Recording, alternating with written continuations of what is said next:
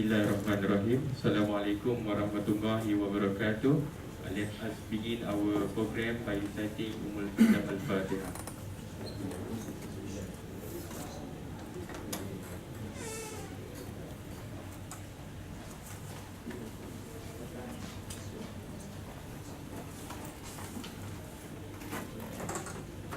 Alhamdulillahirabbil alamin wassalatu wassalamu ala asyrafil anbiya'i wal mursalin wa ala alihi wa sahbihi wa barik wa salim. All praise to Allah Subhanahu wa ta'ala, because by His rahmah we all came together here again for our second session. Now we have our two honorable speakers, which is Assistant Professor Dr. Fatmir, and our second speaker, which is Assistant Professor Dr. Megawati Morris. And I will invite Dr. Amran Muhammad as the CEO, Chief Executive Officer at Islamic Strategic Study Institute to deliver his opening remarks. Please be welcome. Assalamualaikum warahmatullahi wabarakatuh. Alhamdulillahirabbil alamin. Wassalatu wassalamu ala asyrafil anbiya'i wal mursalin wa ala alihi ajma'in. Leonard, speaker today, Fatmir and Megawati, dear colleague and friend. I think we are very fortunate this morning. Our second Friday, we meet to discuss on Kalam, which is basically dying discipline that we need to revive in our time to meet, to engage or to encounter the new channel. Kalam for us is a kind of theoretical science, nazar, which is now very lacking in the Muslim world if we look around. In fact, for the past 100 years, Muslim has no thinking discipline, proper thinking discipline. When you neglect Kalam, you neglect the proper nazar discipline in Islamic intellectual tradition. That's why we believe it's important now for us to revive this discipline in various manifestations. We see Kalam as defensive science. We also can see as offensive, constructive science. So this morning topic is important. One on dialogue, one on ideology. These two major challenges for the Muslim nowadays. On dialogue, which Dr. Fatmir will elaborate more to us this morning, is very, very key issue now, especially in Malaysia. We live in a pluralistic society. We have many belief systems, many religion, many trend of thought. So we need to have a skill of dialogue. We need to have a dialogue competency, we call it. And naturally, Kalam gives us a natural training ground for this. Because Mutakalimun in the past have been dialoguing all the time in the world, like Mila wa Miha, apart by Firaq, talk about different sects or different opinion within Muslim or outside Islam. So if we didn't refer to our Kalam literature on these different opinions or sects or mazahib, then where else we want to find? And we hope this morning Dr. Fatmir will bring us a Kalam background or Kalam root to our dialogue for today. And next one, of course, is about ideology. Also key challenge for us. You have liberalism, pluralism, you have all this kind of many misunderstood ideology. Within the Muslim, we have literalism, or neo-taklimi, also a lot in the Muslim world, which become very obsessed with this Batini kind of interpretation of Islam. So this is why we bring Dr. Mega. She has expertise in ideology, so she will elaborate to us this issue. And we hope with this topic, dialogue and ideologies, Kalam can show its usefulness. because now everybody talk about KPI, something must be effective, measurable. So we hope Kalam can provide us some KPI to increase the current Muslim chapter. Wallah. Thank you, Dr. Amran Muhammad, for his introduction, little bit introduction about Kalam and welcoming remarks. So, without wasting any time, our first speaker, which is Dr. Fatmir Shehu from Department of Suluddin and Comparative Religion, he will talk about the topic on the relevance of Kalam in comparative religion. So, I invite Dr. Fatmir Shehu to deliver this.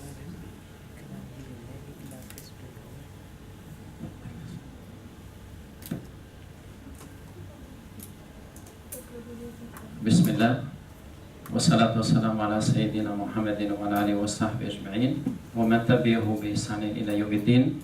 Rabbi shrah li sadri wa yassir li amri wa hlul 'uqdatam min lisani yafqahu qawli. Dr. Amran and Mr. Chairman, Brother Fatmir, and my colleague Dr. Mega, brothers and sisters, Assalamu alaikum wa rahmatullahi wa barakatuhu.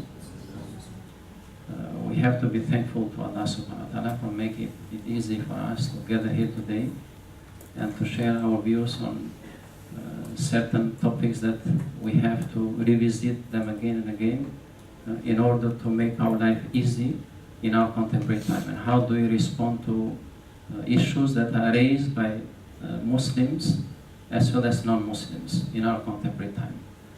But before we focus on that, I'll look at a bit at the history, what was there and how this happened. And at the end, I'll focus on the relevance of Kalam. You see here, even though we have different definitions about both Kalam and comparative religion, because I would like to see where these two disciplines fit each other and how we are going to correlate between them. As we know that today we are not anymore proud of our tradition. When you go back to the early stage and how it was developed, we stopped like with the development of the progress, scientific progress in the West, and that affected the whole world. And we Muslims as well were affected by this progress, and we are trying to interpret our heritage from the Western perspective. And we forgot our identity. So what I see now that what Dr. Imran is initiating now, and this was supposed to be done long time ago, that we have to bring back our heritage and to make it suitable for our time. And we know without referring to the past it will be difficult to go ahead. This is my perception. Of course, we look at the past and we have to be very selective. When we read the past, we have to be very selective. Now let us look at I have been selective as well when you look at the definition. You see here, Kalam, and every one of us is doing Kalam every day. When you look at, for example, dialogue, if we bring the dialogue that we engage with people. But Kalam, when you look at the literal meaning, it is like to speak clearly, you know. What does it mean to speak clearly? Does it mean the way you speak, the wording that you have, or is it related to intellectual approach? About the message that you're introducing to others. So the message should be very clear. But in order to have a clear message, then we don't have to follow others blindly.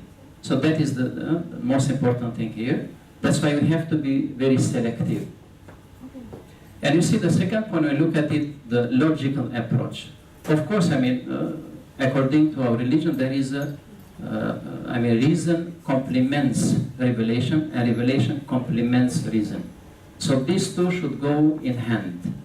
And to have a better understanding about Islam, when we are facing other issues, that is why the logical approach is helping us to understand our identity better, regardless of the time and the consequences. And how do we respond, you know? But when you look at the technical definition, we have Al-Iji and others. We have even Al-Farabi has given a definition. But I was impressed, perhaps this balanced definition, when you look at Ibn Khaldun. Even we have Ibn Hazm has given a definition about Ilm Kalam. And the great Imams, they have their own approaches towards the Ilm Kalam. But here let us see what Ibn Khaldun is saying. عرف ابن خلدون الكلام بأنه علم يتضمن الحجاج.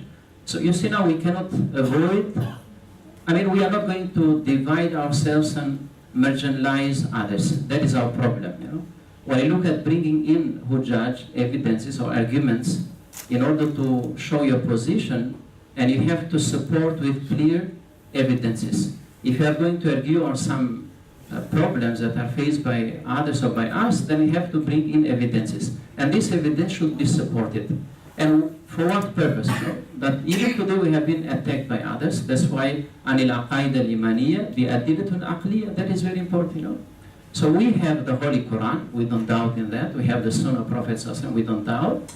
And we use our opinion as it was used at the early stage, but that should be in line with these evidences. ورد على مبتدئ المنحرفين في الاعتقادات عن المذاهب السلف وأهل السنة. وسر هذه العقائد الإيمانية هو التوحيد. When you look at the core, because that is the theme. When you look at the concept of Tawhid, why Ibn Khaldun is trying to give us this comprehensive definition about Ilm Kalam that comprehends both aspects. You know, how do you, if we said, how do you defend your identity? And for us as Muslims, the concept of Tawhid is the fountain, the fountain of our religion. Is the fountain of our religion. Now let us look at the development. So I'll go very brief. You see, if you go back, some they might say that yes, Ilm Kalam was not there. I have read, and most of the writers are saying that it was there even before the revelation, when Prophet ﷺ was interacting with the Qurayshi people. So here you are going to bring like the reasoning, how to make people understand. And when he became, a prophet, sallallahu alaihi wasallam, then he introduced to them the creeds, when it talked the aqidah. But before that, you see, we have three fundamental elements of the Islamic worldview. The concept of nubuwah, he was telling that I'm a prophet, tawhid, and then we have al-akhirah. And this became the ground for Ilm Kalam later on. But that was introduced. And the most important thing here, as I mentioned, I will not go into details. We are going to look at the approach that Prophet ﷺ dealt with these issues. And that is Quranic approach, like wisdom and hikmah. And we have this itfability, ahsan, al-jidal. It means that you have to find the best approach in order to deal with people. Even though you might hate them, but you have to address this issue in a very good manner. You see, that is the first stage when I said the seeds were there. The seeds of Ilm Kalam started during the lifetime of Prophet sallallahu alaihi wasallam. Then developing period, it is during the time of Khulafa Rashidin. And some of them they refer particularly to Imam, if we say Ali, the last Khalifa, the Shia, they consider him as the Imam, the first Imam. And we have certain incidents where Imam Ali responded to some of the issues that were raised by his people through logical, using the rational reasoning. Using rational reasoning, how he responded. And I can give you an example, even during the time of Prophet ﷺ, then we had this, if I'm not mistaken, Harith, one professor asked him about كيف أصبحت, and he said, أصبحت مؤمنا. When I said, how did you become in the morning? And he said, I was in the morning as a mu'min. And he said, how do you understand this? And he said, how do I understand that I see paradise from here? I see the people of paradise from here. I feel the presence of Allah. So when he described to Prophet ﷺ in that manner, so then Prophet said that فَإِلْتَزِمْ. So he did not say that you are wrong, why you are thinking that way. So nobody has seen paradise, only me I saw paradise. Sallallahu he didn't say so. The door was open during that time.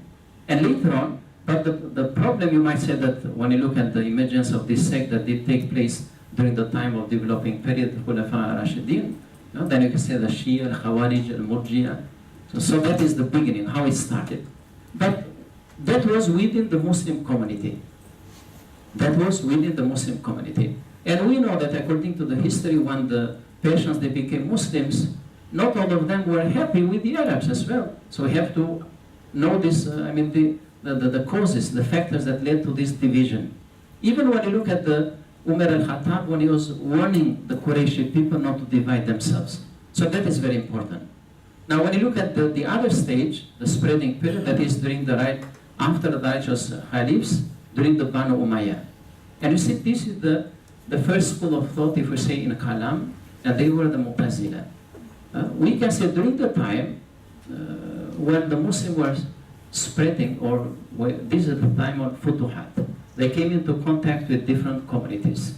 And we, at the same time, when they, even though they met Christians from the early stage, but they were not very close as they became close during this time. And how to respond to the claims of the Christians, you know. And Christians, you know, they were influenced by the Greek philosophy. And that influenced as well the Muslims during the time. And some of them, they said, these are the factors when you look at how Greek philosophy was interpreted by certain Muslims and how it was given to them by others. So that created problems even when we talk about the creeds of our religion. And the last stage, that is a compilation. You see, when you look at during the Abbasid period, then we have others. Because some people might say that, you look at Al-Ash'ari, for example, he was a Mu'tazili, and later on he created his own madhab. So why he, perhaps during the time, some of the Mu'tazila, we don't say not all of them, some of them they created problems. The way they argued, as far as the subject of Ilm Kalam is concerned. When I talk about especially the concept of Tawheed, or the concept of Bain al-Manzilatain, for example, al-Fasik, how they argued. And we have Maturidiyya, that all these two schools were established during this time. So this is not my concern, but it is briefly to give you an overview about both developments from two perspectives. Now when you look at comparative religion, we don't have a very particular definition, but this is what I have understood when you look at comparative religion. It is a kind of investigation from a scientific perspective in the study of religion. But comparative religion that we have in the West, it studies religion through religious communities. It will not study religion directly. It is like through the third party, you know. But because some of them, they said that comparative religion, you are dealing with comparison. So we cannot avoid when you are studying, even though we use descriptive method, but it will come to our mind this comparison in order to create a balance, or to be fair with different religious communities. And the term that has been used in the West, so that is the term was coined by the West, even though the application was there in the Muslim world, but the term was coined by the West, and we have three different terms that are used even today by the West. Comparative religion in North America, and we have history of religion UK, and religious Wissenschaft, that is science of religion in Europe. That is German term that was introduced by German scholars. But most of them, even though they are not happy with when they introduced comparative religion as a term, but still they didn't find any solution. Some of them, they said that perhaps we can use study of religion. That will be better instead of comparative religion. Let us see how the development, you know. Now you see, when the Westerners, they revived the antiquity in order to establish themselves, and we Muslims, we don't revisit our heritage, you know. That is the question here. So when you look at others, they prosper because they went back to the early stage of rational development in the West. And that was the peak of the Western the Greek civilization, when you go back during the time of the philosophers. And that was a response by the philosophers in a rational way to the popular religion of the Greeks. And they made use of these methods. Because the problem that we face today, what kind of method do we have to choose? And you have to be very particular. That's how they use descriptive methods, critical methods, and comparative methods. Like we can say, some of them, Anaximander, for example, the way he responded to gods of Greeks that were worshipped by them, and they said that moon and sun, these are not gods, but these are heavenly bodies, that these have been created by an ultimate intelligence that is called prime mover, or they call it the ultimate being, infinite being, that is God, you know. That is the first God, cause according to them. But that is from a rational perspective. It doesn't have to do anything with revelation. You see how the Greek philosophers provided the foundations for the Western civilizations when they revived the antiquity during the 14th century. And they blame, so we are included, we don't say only the Jewish and Christian civilization are included, but even we Muslims are included when you look at this exclusive approach and intolerant approach, because they look at it from their own perspective.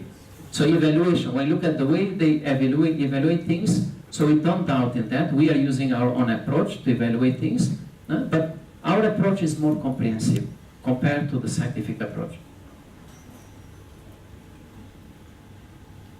Yeah, then we look at the Muslim, how the Muslim developed this scholarship when we look at comparative religion during the time. Of course, the foundations are very clear. Every one of them was inspired by Quran and Sunnah. As I mentioned before, we have many verses in the Holy Quran where Allah subhanahu wa ta'ala has addressed the methodology and manhaj. As you say, idfa billati ahsan, for example, and ud'u ila sabili rabbika bil hikma wal ma'adati al hasana wajadilhum billati ahsan. So these are very fundamental. And at the end, maybe it will be easy for the Muslim scholars to stop somewhere, you know. When I say lakum dinukum walidin, that will be the end. You don't have to go beyond the limits, you know. But you see how this field was developed, and you see other scholars who are involved. Because in order to understand, if you look at it from the way how we are engaging ourselves with others, how do we study others? Then we have to make use of all these scholars who contributed to the scholarship as a whole. Now it will be difficult for us as mutaqallimun if we say that people who are, because when you look at the way how scholars divided in Kalam, then Usuluddin is the first one. Usuluddin is the first one that is dealing with Aqidah. So we have to consider ourselves in that field, you know. So when we look at the way how we are going to respond, then we have to go back to the heritage in order to revive. And you see here, Mufassirun, they use the explainatory approach, how they explain, and Mu'tazila, defensive, polemics were there. So we don't say that Mu'tazila, even though there were some things that they were committed by them that were not, some of them were beyond the limits, because they depended on reason, the way they interpreted certain things, and that created to the division of the Muslim Ummah at the early stage. But we don't have to generalize. And you look at the caliphs, how the ruling, you know, and Mamun, for example, when he opened the door for others to come and interact with him, engage with him, in order to have a better response, as well as to understand Muslim community better. And Fuqaha, even though the Fuqaha, they were very strict, but you see, even fiqh, it is a part of Ilmul Kalam. So we don't deny that when we talk about the rulings. And the great Imams, they had their own approaches towards Ilmul Kalam. Even though some of them they rejected, we can, even Imam Shafie, but some of the scholars later on, when they studied the period of the great Imams, they said that during that time, maybe some of these scholars of Ilmul Kalam, they created problems, and they did not perhaps use the proper method to identify the problems and to solve them. And that's how they got angry and they stopped. They said that we don't have to use Ilmul Kalam. And if you are a part of this school, then you'll be in trouble. But when you look at the school of comparative religion, so that is our concern, and this is under the same, if we say that method, because we said that it will be difficult to avoid logical reasoning when you are dealing with communities of other religions. I can give an example, and I'll elaborate later on. Like when you look at Ibn Hazm, now even some of the Muslim scholars, or even Muslim themselves, they look down at Ibn Hazm. Why? Because of his approach, you know. And I do believe that when I was studying him at the beginning, then I saw that this is very harsh, you know. But when the problem that we face here now, we are reading Ibn Hazm not through Ibn Hazm, but through the West. And the West has created that problem in connecting us with our heritage. And Ibn Hazm for us has become not the best example, and it is like to defend the truth, then you have to be exclusive, you know. You don't have to be all the time inclusive when you talk about the fundamental teachings. But the way he argued the claims of Christians and the Jewish people during that time, he used the logical reasoning. How he responded especially to the concept of Trinity, as well as to the concept of union, incarnation of God in Jesus Christ. These were the claims by the Christians during the time. Now when you look at, in the West, how this scholarship developed. And here you can see the tools that were used by Mutakallimun were used later on by the Western scholars. Now we go back to the beginning, that is the age of reasoning. Now the problem that, maybe you might be aware of that, we have this during the time within, we can say that 200 years, two movements were taking place at the same time, like Renaissance and Reformation, and humanism was introduced. But it doesn't mean that this movement started during the time. It started long time ago. The seeds were there. I believe that happened even when you go back to the time of Prophet Muhammad, when the Najrani delegation came to Prophet Muhammad, then how the argument was established.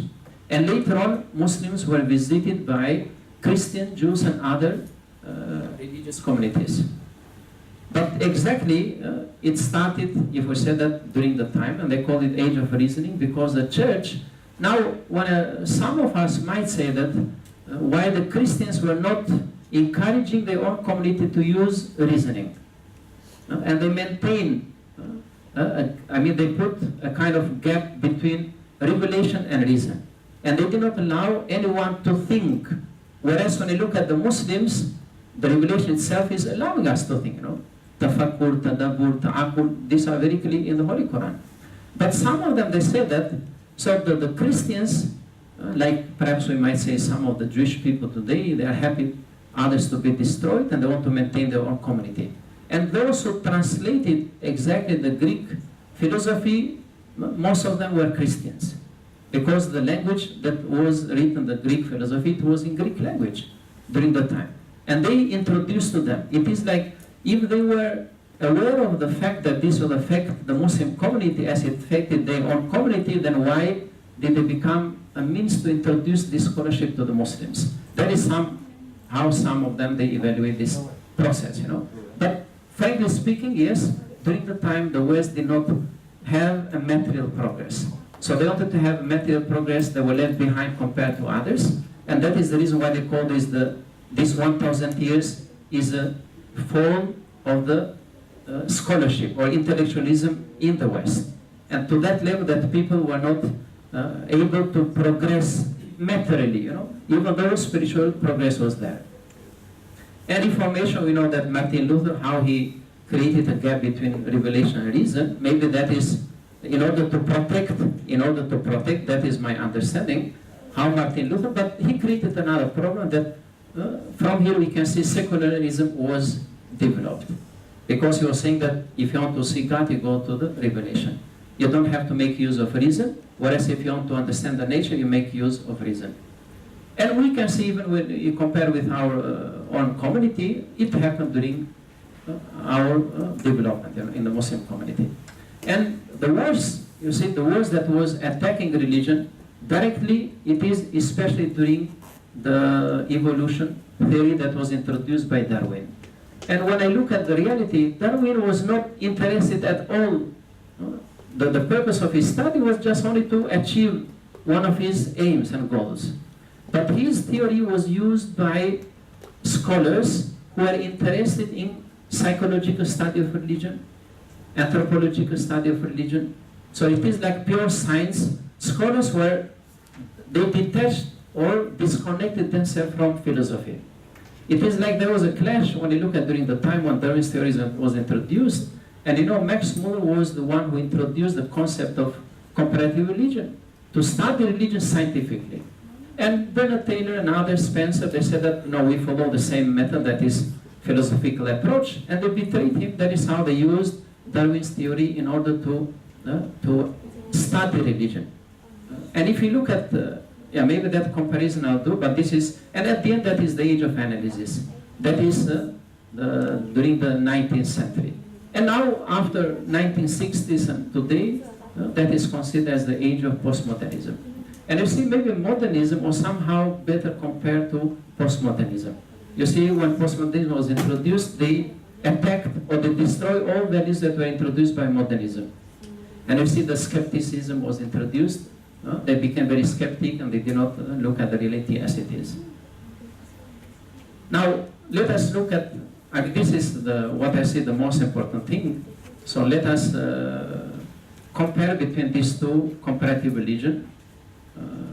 and Kalam at the early stage. So most of the Muslim scholars, they refer to the Hadith Jibril alayhi salam, when he came to Prophet Muhammad and asked him about religion. And the first thing that he asked is about Iman.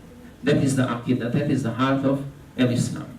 And when you look at if we say the content, if we say the subject of Iman, and the subject that is studied by comparative religion, they're not different, So you can see they're almost the same.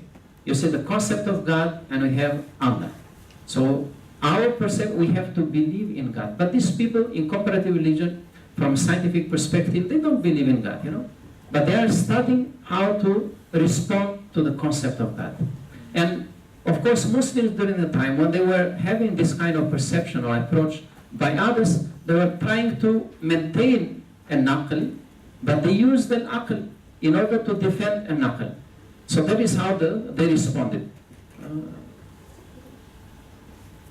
And you see, when you look at later on how we apply this to the Muslim scholarship that was introduced later on, because here we can say that we can divide, I cannot say that others were not engaged in the study of religion, maybe directly or indirectly, but these people, they became very famous because of the literature that they provided in the scholarship of comparative religion. Now, when my concern here is about the method, because when you are going to interact with people, even though we say that sometimes we might be apologetic, and sometimes we have to be aggressive, but as a Muslim, we have to use a very polite manner, regardless of the approach, But when you go back to the dialogical, and you see some of the Western scholars, when they look at the term al-mutakallimun, they use the same word, dialogics, They use the same word, how these people responded to the conflicts that were created by others during the time. Now, when you look at Ibn Hazm, for example, he used the refutive, critical, as well as refutive Arab, when he studied both communities, Christian community and Jewish community. Now, it is responding to the scope of comparative that was studied later on by the Westerners, because he was concerned about the claims of the Christians. And later on, the Westerners are concerned about the claims of theologians. How we Muslims are claiming. When they claim that God is one, how do they respond? So when Ibn Hazm, he was concerned about the claim of the Christians and the Jewish people or Jewish scholars during his time, then he went up to that level that he faced them face to face. And you can say there was a dialogue, but how the people look at him, they said that this is a kind of harsh approach, But the dialogue could be in different ways. So maybe during his time, that kind of approach was required. Not only towards the Christians and Muslims, but towards the Rawafid as well, how he responded to those who deviated from the teachings of Islam. And I remember during the time Ibn Hazm, he was having, of course, he's coming from a high, class in the society, and his father was related to the government during that time. And one of his friends was telling Ibn Hazm that, yes, you have the ability to develop yourself. That is why you are, now you develop the scholarship. You see, it is like you're getting the support from others. But Ibn Hazm was very harsh, not only with the non-Muslim, but with Muslims as well. To that level that some of them said that, Na'udhu billah min isan Ibn Hazm. So when they used to see Ibn Hazm, they used to change the way. To that level, Ibn Hazm was directly. It means that directly you don't have to go around the bush. You have to solve the problem in a direct way. And later on, you can see that even when you look at Imam al-Ghazali, Tahafut al-Falasifa, how did he respond to the Muslim philosophers? Because some can say that when you look at comparative religion, philosophers are a part of it from the Western perspective. But if you look at it from Islamic perspective, when you look at Ibn Kalam, do you consider philosophers as a part of it? Now philosophers, they went to that level using only adilla aqliya. They did not refer to revelation. But at any stage, they refer to revelation. So that means we have to delete the whole scholarship that was introduced by them. Perhaps we counter back the scholarship like Imam al-Ghazali. How did he counter back? And he gave us the methodology how to respond to their claims. He gave us a methodology how to respond to their claims. And when you look at contemporary time, even I can say that Ibn Taymiyyah in his book Jawab al-Sahih, when he responded to the claims of Paul of Antioch, when he wrote that small treatise within, if I say 25 pages, and nobody responded the way Ibn Taymiyyah responded, so he made use of logical reasoning as well. So he could, of course, he would not be able to separate al-aql, adil aqliya from al-naqliya. Maybe we can say, like the Arab said, that likuli maqam maqal, likuli maqam maqal, according to the circumstances. And I mentioned here Ismail Raja al-Faruqi, when he set the foundations for dealing with others in ilm, if we said that in comparative religion, and especially Ismail Raja al-Faruqi, he was dealing with both Jews and Christians face to face. And he achieved that kind of rahimullah, that kind of scholarship from both perspectives. The reason, I mean, here that I would like to focus on, it is that the legacy that even though Faruqi, he was, he claimed that especially revealed religions, they have to be united, but how they have to be united, you know? Some people, they said that that is not accepted. Perhaps Faruqi was affected by the trend who was claiming that unity of religion. But when I studied Ismail al-Faruqi, he's talking about the concept of fitra. So he wanted to bring through dialogue, especially the people of the book, to sit together and look at each other from the fitra perspective. Not according to what Islam says, according to my claim, or somebody will become a Muslim, or somebody will follow Christianity or Judaism, but they have to know fitra. Which fitra? Then they have to go to the millah of Ibrahim alayhi salam. And I said, that is Islamic perspective, you know. So you are not making any difference. It is not because Christians, they don't believe in fitra. Jewish people, they don't believe in Ibrahim the way we look at him. But some that will make, a kind of, to avoid the conflicts that even scientifically people are telling us that you are becoming exclusive. Maybe that was indirect approach used by Ismail Raja al-Faruqi rahimahullah through dialogue in order to introduce to them, if you want to be united, then you go back to the concept of fitra as it was introduced by the deen of Ibrahim alayhi salam. And when you look at, I mentioned to you somehow the methods that are used by the Western scholars. So up to Darwin's theory, the Westerners, they used philosophical approach. That was revived. But somebody will ask the question, do they use exactly the approaches that were used by the Greek scholars during their time? I don't think so. They were very selective, you know. They were very selective. That is how other approaches, only the philosophical approach, somehow maintain. I can argue on that basis when you look at John Hick, for example. He belongs to that school. And he claims that he's a Catholic. And he's the one who introduced the concept of religious pluralism. And he believes in that. If he doesn't believe, then how we are going to respond to that from our perspective?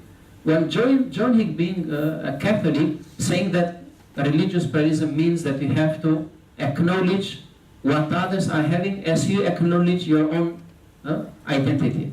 So it means that everyone should be treated equally, even when it comes to the faith itself. Not only when you look at treating each other in the community, but it is related to the intellectual approach and the doctrine that we have. So I was wondering how John Hick is claiming that the church excommunicated him and saying that he is an heretic, like if you go back to the Muslim scholarship at the early stage. And there is a difference. Here I can draw that kind of diagram, if we say, when you compare between the al-Mutakallimun, the Muslim scholars and their approach, and the Falasifa, if you look at it even from the Islamic approach and from their approach, and the scientists, you know. So when you look at the scholarship as a whole, if you want to study, for example, the concept of God, if you take one example, now the scientists will not be able to go beyond the empirical world, because their limit is up to what they see. So they focus more on the senses, and they will bring the case to the experiment. Now if that is accepted, the way they evaluate, then they will accept, they don't have any problem. And the scientists, they're not trying to tell us that Islam is better than other religions. You see, they use the universal approach to study all religions. So that is up to the level of the empirical approach. Now when it comes to the philosophers, they go beyond the empirical study of the world. That is how reasoning, they try to perceive God through reasoning. And for that reason, we have the God of the philosophers. A deity that was created by the philosophers because it was perceived by them. It is not that philosophers, they go to revelation and they claim that there is God. But they perceive in order, how it happened because they responded to the problems that are faced by their own people. People claim that this is God, anything will be God. And we have the same claims today. You look at the atheists today. Even though they say they don't worship anything, but they worship money, you know. They worship materialism. They have become very superstitious. Now when it comes to the mutakalimun, and that is Muslim scholarship or the Muslim scholars, even the Christians, you know. But among them we can differentiate. Because here we can include the religious approach. The religious approach is supported by the revelation, especially the revealed religions. So that's why the approach when we interact with each other and how we solve the problems will be governed by revelation or by the faith. If we say Iman is going to govern. But are we going to hang ourselves and to go away against from the Iman?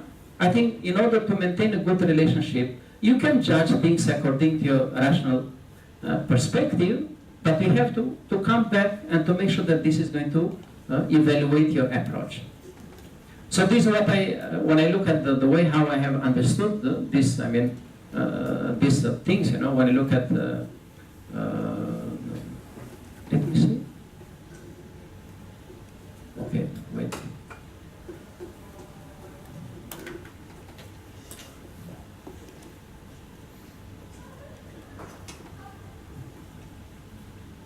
Let me see, is it the same as all?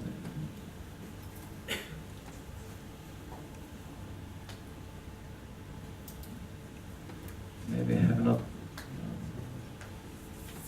I don't know how I saved that. No? It seems that I did not save this. You know. For example, when I look at the philosophical approach, I divided that. Under it, I put that we Muslims, how we are going to respond, how we are going to dialogue.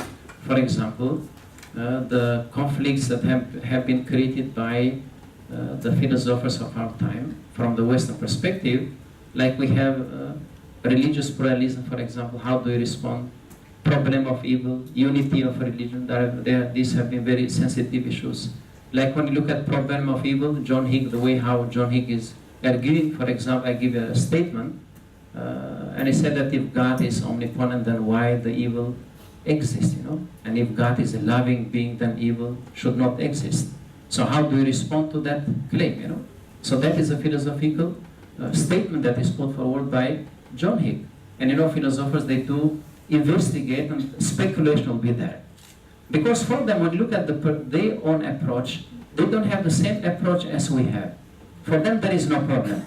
So in order, it is like they're telling us you are selfish. When you look at the approach, they are selfish somehow. No? Because the way they evaluate things. Now when you look at the scientific approach, things that we have to respond as Muslims today, perhaps I can bring the example that happened here, in Malaysia, for example. How the Christian communities claim that they want to use the word of Allah. How did we respond? You see, we are very silent. I remember during the time, Muslims, they did not respond in a proper way at the early stage. And the Christians, they became, very initiating this concept, and they wanted to make use of it. Up to that time, I remember that some of them, and one of them that wrote the book was Prof. Ajmal, rahimahullah, and here he used the historical approach, in order to respond to them. He went back to the history of the Christian community in Malaysia, and he said that if the term has been used in the history, then we don't have any problem. But he found that the term was not used. The word Allah was not used by them, and how do you claim today that you're going to use that, the word Allah, in your rituals? And knowing the fact that the Catholic Church is not in favor of that, to use the word Allah. But some will say that, how about the Christians who are living with the Muslims in the Arab world? You say they use the word Allah for their God. But I'm going to say you go back to the scripture. You see the term Allah is not used there. El-Ab, when you say they talk about El-Ab, El-Ibn wa Ruh al-Qudus. But how do you respond, So these are, and other things, for example, it happened long time ago.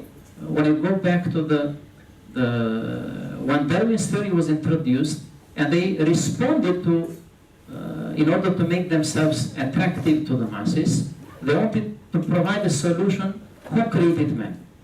You see, many people say, if you reject Christianity, and if you reject the creation of man, because you reject God, and God is the one who created man. Now, what is the alternative? And through Darwin's theory, they said that man is created through evolution. And they went back to the process, as you know. So that was a particular ape, according to them. And how do we respond as Muslims? And today we have many keen people, followers of this ideology in the West. So still, 24% of them in the West are atheists. And in order to prove, they have to refer to Darwin's theory, because that solved the problem that they were facing during the time. And another thing that, when you look at another attack that is made even today, through, for example, when you look at how they revive themselves, globalization replaced the religious awakening that did take place after the fall of communism. And then again, you see, through Hollywood, they're reviving the Greek history. You see, movies about Hercules are introduced from time to time, because that is the foundation of the Western civilization. So they want people to believe that this is how religion, it is a product of man. So when they claim that religion is a product of man, how are we going to respond? You see, that is how we have to bring here, maybe we can engage with them. It is not necessary that you have to engage only with the religious people, but you can engage with atheists as well. Through a dialogue, then you can, how to facilitate the claims of these people and how to respond to them. And recently, we have other issues, even in Malaysia, for example, that we have faced, for example, even, I don't want to mention that, but LGBT, they claim to be a community. How to respond from our perspective as Muslims. Even though we hate that trend, we hate the attitude, we don't hate the people, but we hate the attitude.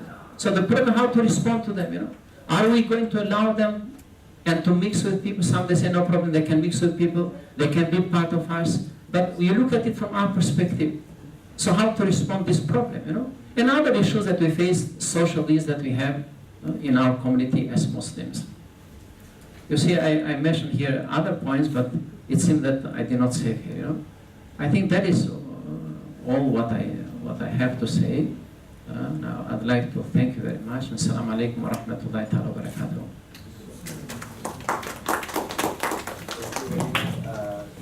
Dr. Fatmir for this presentation.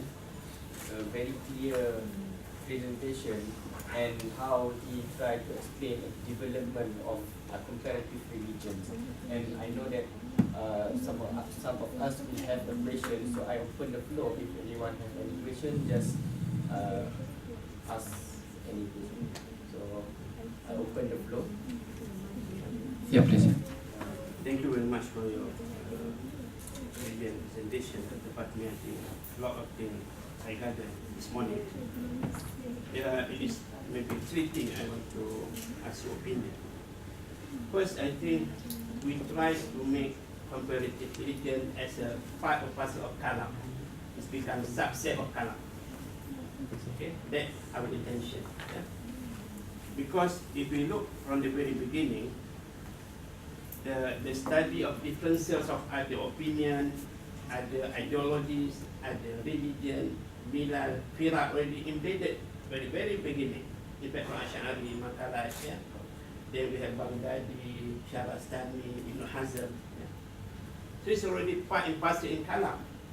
You cannot separate comparative religion, kind of new thing, Kalam, past thing. To make it, comparative religion become more legitimate, more accepted by Muslims, we must put into original tradition. If not, people become suspicious. Yeah, right for now. Yeah, that one thing.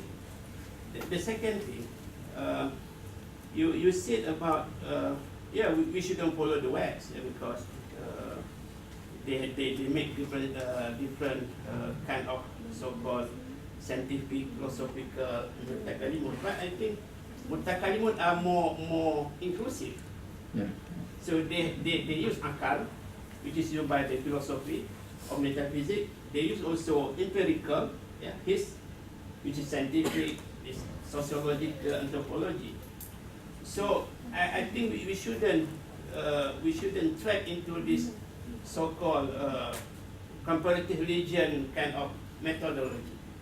If you bring comparative religion into the Kalam perspective, then naturally you will use religious argument, you will use intellectual or akal argument, also scientific. There's no confusion about that. Yeah? So I think that's why it's very important for the Muslim to bring comparative religion into the Kalam fold. Yeah? They cannot separate themselves. They just admit they know Ibn Hazm, they know Shahrastani, but just finish at that. They must trace their genealogy from this scholar and continue working this scholar activity rather than just put like furniture then do other things. So that is my initial comment. Yeah, thank you very much, Dr. Aman. I mean, before you asked that, even before my presentation, I was thinking and asking myself, you know, because now, even as I mentioned before, we Muslims, we are adjusted by the West, and we are trying to bring forward evidences in order to go in line with what is claimed by the West. There is a problem, you know? Because when you look at the comparative religion as a term, it was coined by the Westerners during the time, and the scholarship of comparative religion that was studied later on even by Muslims to show the contribution of Muslim scholars in order to, if I said that, to please the West, you know.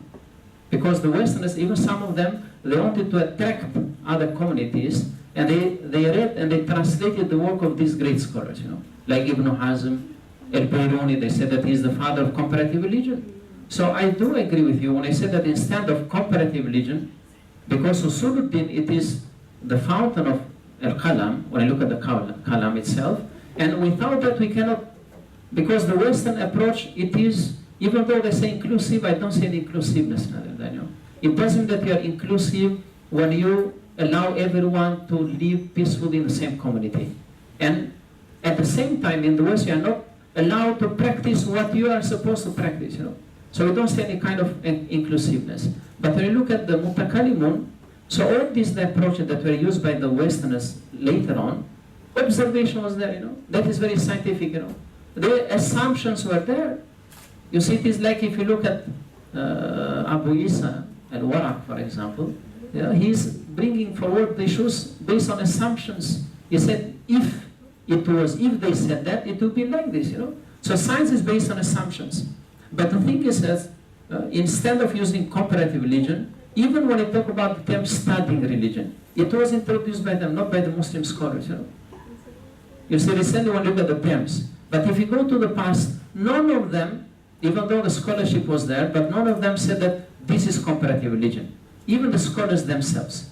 But the thing is, even the Westerners, when Max Muller translated the sacred scriptures to the West, he wanted to serve his own community, you know. And when you look at Biruni, when he went to India, he studied Hinduism, and he wrote that in Arabic language. So he brought that back in order to create a good relationship between Muslims and the Hindus. So I do agree, because when you look at the way how the Western, and we are very influenced by them. You see, I remember when we are doing a kind of reviving the name of our department, we wanted to change, and because of marketability, we maintain comparative religion. Because of that, you know. Originally what you planted. No, we wanted to change, you know. No? Whether we maintain like Usuluddin or anything else, you know, bring Kalam, for example. No? But after we are discussing, then we said, marketability, perhaps we maintain comparative religion. But now if you want to use the word Kalam, slowly we have to introduce to the department maybe we introduced, we have only one subject that is dealing with Kalam, but if you look at it, the study of religion from Kalami perspective, according to Kalam, that will be better. No? So it will take time to change. If you change just like that, but I agree with you. Because when I look at them, it is better than the scientific approach. It is better scientific. And we see Muslims, and they have not committed any kind of, if we say injustice. You don't say that, but they were trying to identify the problems. That when you look at the Christian community, they have problems. Whereas the Westerners, they dismiss them completely. The scientific approach, when they said that the Christians were intolerant, they dismissed them. But Muslims are not saying that Christians are intolerant. We don't say that. We're going back to their claims. And we are still maintaining a good relationship. It means there is no any problem between us and them.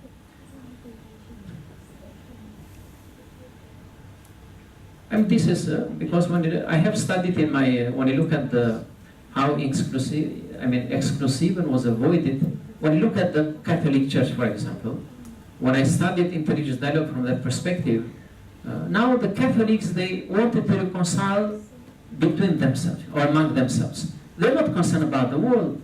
But the fact is, during the time, it was immediately after the establishment of the State of Israel.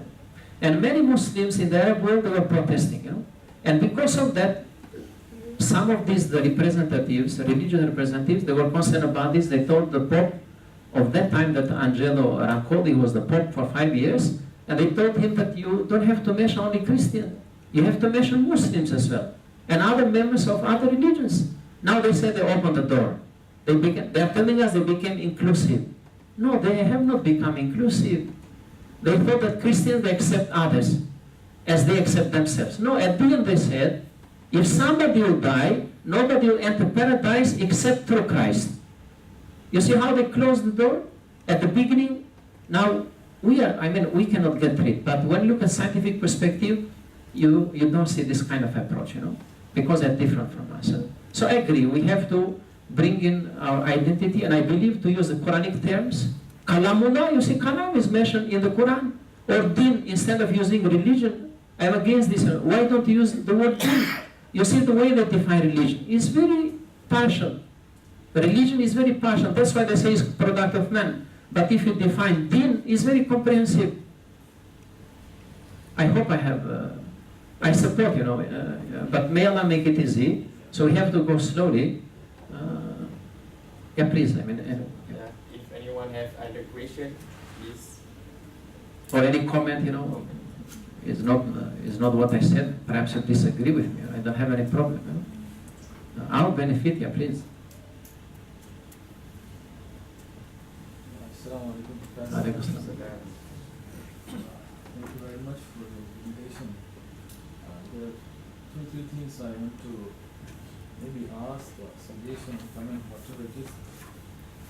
You described the difference between the scientific approach and philosophers and Mutakallimin.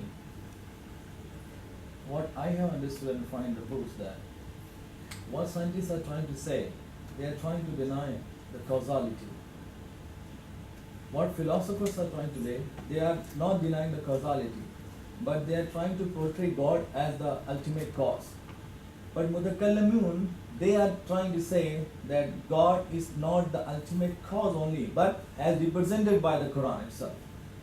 So when you see in the Tahafut al-Falasifa, in the first discussion of pre-eternity, Al-Ghazali is not criticizing Al-Farabi in Ibn Sina on the first premises that God is the ultimate cause. He is saying, why are you saying that it is necessary for him to create the universe? Al-Ghazali is refuting that part.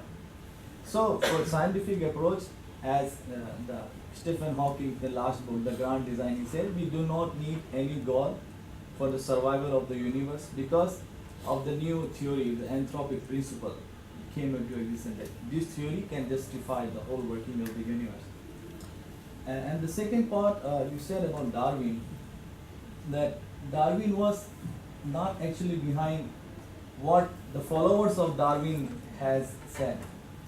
But what I find in Origin of Species, in his book, he wrote that I do not believe any hidden hands And I do not need any supernatural power to create the natural selection and the evolution process. And in the second book, The Descent of Man, he ultimately denied the creation of humankind from any supernatural being. So he was actually behind something, because on that context, when Adam Smith was writing about the economy of economic struggle, then Darwin was talking about the human struggle and existence. So he was actually behind something. He wanted to say that there is no God, because as per the context, as Copernicus and Galileo has failed the trials. And the third one is that I find you didn't mention Imam al-Razi in the list of Kalam, because he was very, what do you say, whether you want to take him in reflective critical approach or the second one, I forgot the name. So you didn't mention him. Analytic, Yeah. Thank you. Yeah, okay. Thank you very much, brother. No? Yeah, of course, when I dropped that distinction, I wanted to show our position. When I talk about our position as Muslims today. And I put at the highest stage, as you mentioned, mutakallimun, so they are beyond the philosophers. We will look at it from the Western perspective, and of course, when I mentioned about Darwin, of course, Darwin, because of certain problems that he faced in his family, he rejected religion. So he went through difficulties, and he said that God caused all these problems for me. And he isolated himself, and he went up to that island, and he was studying, But when I mentioned that Darwin was not, maybe his aim was not what it was used later on by the scientists. Because the scientists were searching for something to support their claims, And when they found Darwin's book that was very useful, they made use of it. Basically, this is what, so as you mentioned, this is very clear, But Darwin's theory was used by other ideologies, perhaps Dr. Omega, she's going to discuss, like materialism, socialism, communism. This is the source for them, to provide, when they talk about who created man. If they get rid of God, then who created man? So they provided, that is the thing, Now when you look at why I didn't mention Razi, of course you have to look at, I look at it from the comparative religion perspective, I didn't go because when you look at the mutakallimun, they are not only related to the study of religion. So my concern here is, the focus of my presentation, I was looking at only those who presented other millah, when you look at directly or indirectly. And I was very selective, even though I mentioned before that some of them were directly or indirectly, they studied others. But in my presentation, I know that Razi, even he defined Ilmul Kalam, we don't have any problem with that. But as I meant, that I was very selective, Even Imam al-Ghazali, when I said that he wrote about other religions, and the way he responded, But not everyone is referring to Imam al-Ghazali from that perspective. We refer to him from the other perspective, Yeah, you mentioned Ghazali, but Razi I think should be included. He's a key of mutakallimun. That is right, but I don't look at it from that perspective, Dr. Amran. You see, in comparative religion, when we study Muslim scholarship, we don't... But I think that the Fatmir, we cannot make him religion per se. Because now this ideology is also claiming a religion, belief system. Yes. So Razi talk a lot about other belief systems. Ideologies, yeah. So ideology. So nowadays, if people talk about religion, mean religion alone, then it's very, very unclear. Only Islam is a real religion. We cannot really say other religion is proper religion.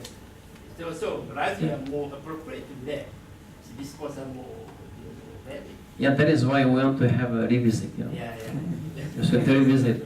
So what I say, because as I mentioned before, we have been affected by the Western approach, and we look at they focus, and we have to maintain that balance, So, but now when we revive, and I found that many scholars that have written about this scholarship is not the one that we have identified. Is not these are not them, but this is true. This is true. So our concern is the methodology. So thank you very much for asking the question. Thank you, Dr. Fatmir, for this presentation. And now we will move to second session, which is Dr. Megawati Morris. You want to use? Yeah. and she will present her topic on modern ideologies from an Islamic intellectual perspective. So, without any further ado, I invite Dr. Megawati to deliver her speech.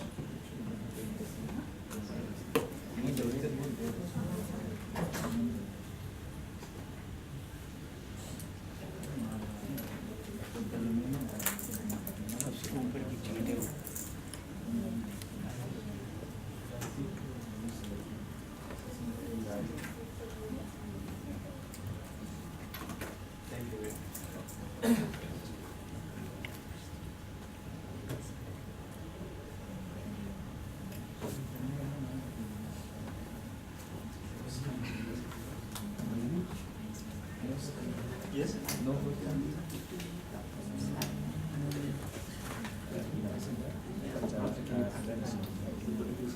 It's a new maybe no. Otherwise, I'm not navigating the field of also the also so but independent studies. Me too.